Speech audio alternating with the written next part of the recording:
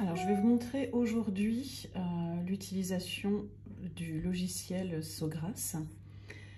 Donc, vous avez un logiciel en ligne pour pouvoir vous permettre de faire des créations avec la Sogras qui s'appelle gocreativestudio.sograsinc.com. Il faut vous créer un compte. En même temps, il faut télécharger via ce site le petit logiciel qui vous permet d'activer l'imprimante sur votre ordinateur. Une fois que vous avez fait ça, vous pouvez cliquer sur commencer à créer et vous allez arriver sur une page de création. Donc ici, vous avez la possibilité de sélectionner le produit sur lequel vous voulez travailler. Donc là, je vais travailler moi sur une tête d'oreiller. Donc je viens chercher ici les têtes d'oreiller. Alors il y a plusieurs pages, il ne faut pas hésiter à fouiller parce qu'il y a vraiment beaucoup de choix. Je sélectionne une tête d'oreiller et puis ensuite je vais aller chercher des images. Donc je vais dans Galerie.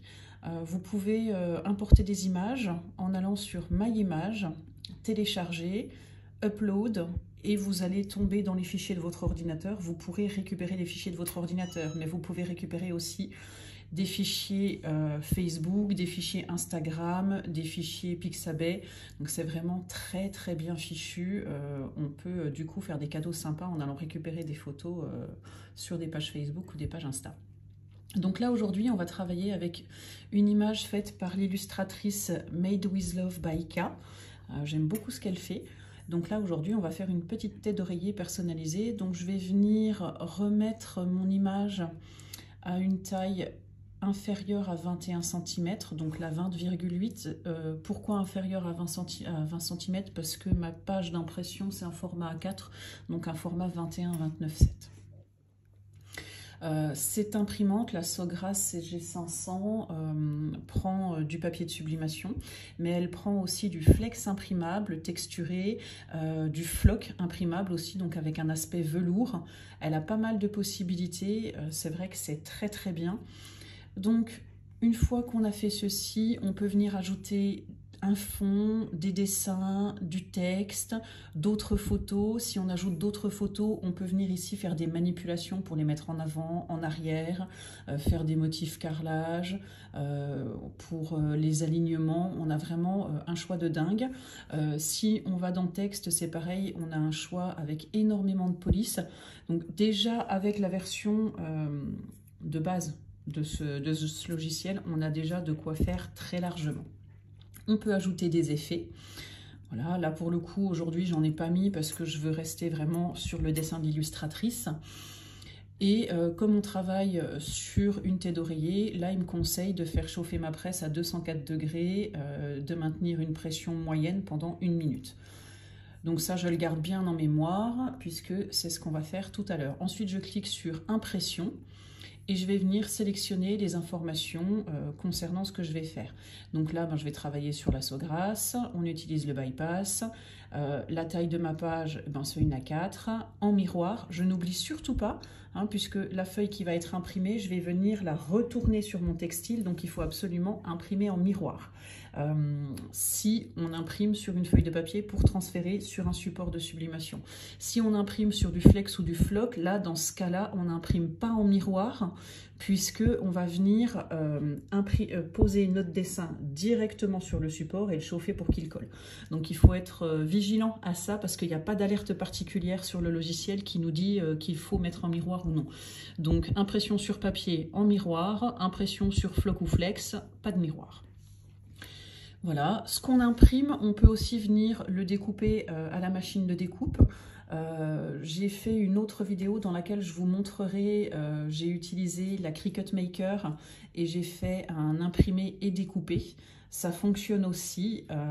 Après, il faut trouver les réglages par rapport à ce que vous mettez dans la machine. Quand vous mettez du floc ou du vinyle, ou du flex, pardon, les réglages ne sont pas tout à fait les mêmes.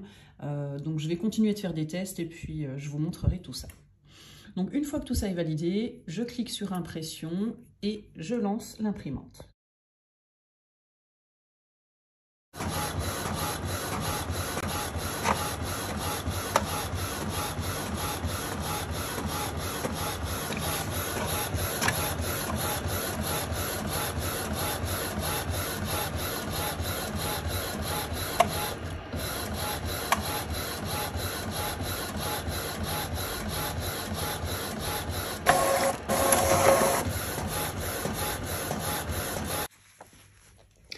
Ma feuille est sortie de l'imprimante, alors on voit des couleurs très ternes et c'est normal, les couleurs des encres de sublimation, elles s'activent à partir du moment où on les chauffe.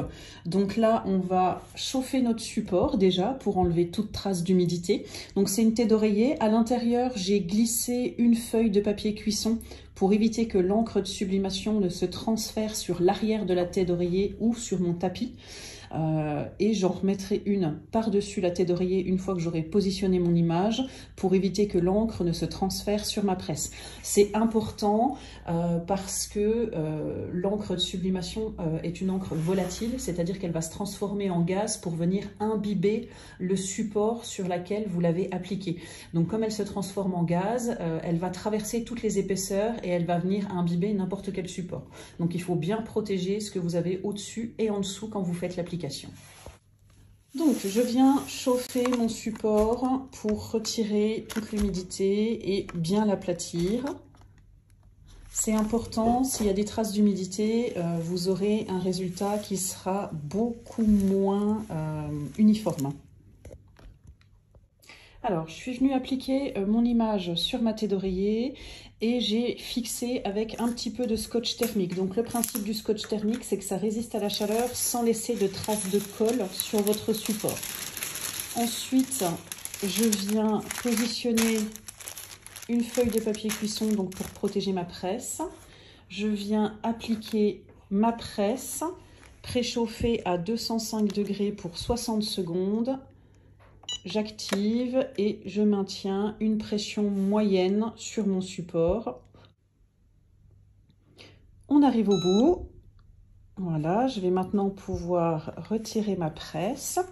Donc on voit que ça a bien chauffé, que les couleurs sont vraiment remontées à travers le papier. Donc on a bien fait de protéger la presse.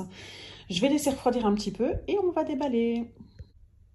Voilà, j'ai retiré le papier de cuisson. On va maintenant retirer nos petits scotch. Donc vous voyez, les couleurs sont devenues beaucoup plus intenses. Rien à voir avec nos couleurs du début. Donc, je l'ai imprimé 2 fois, comme ça je vais pouvoir vous montrer un petit peu le distinguo entre les deux. Donc ça c'était notre image de départ. Voilà.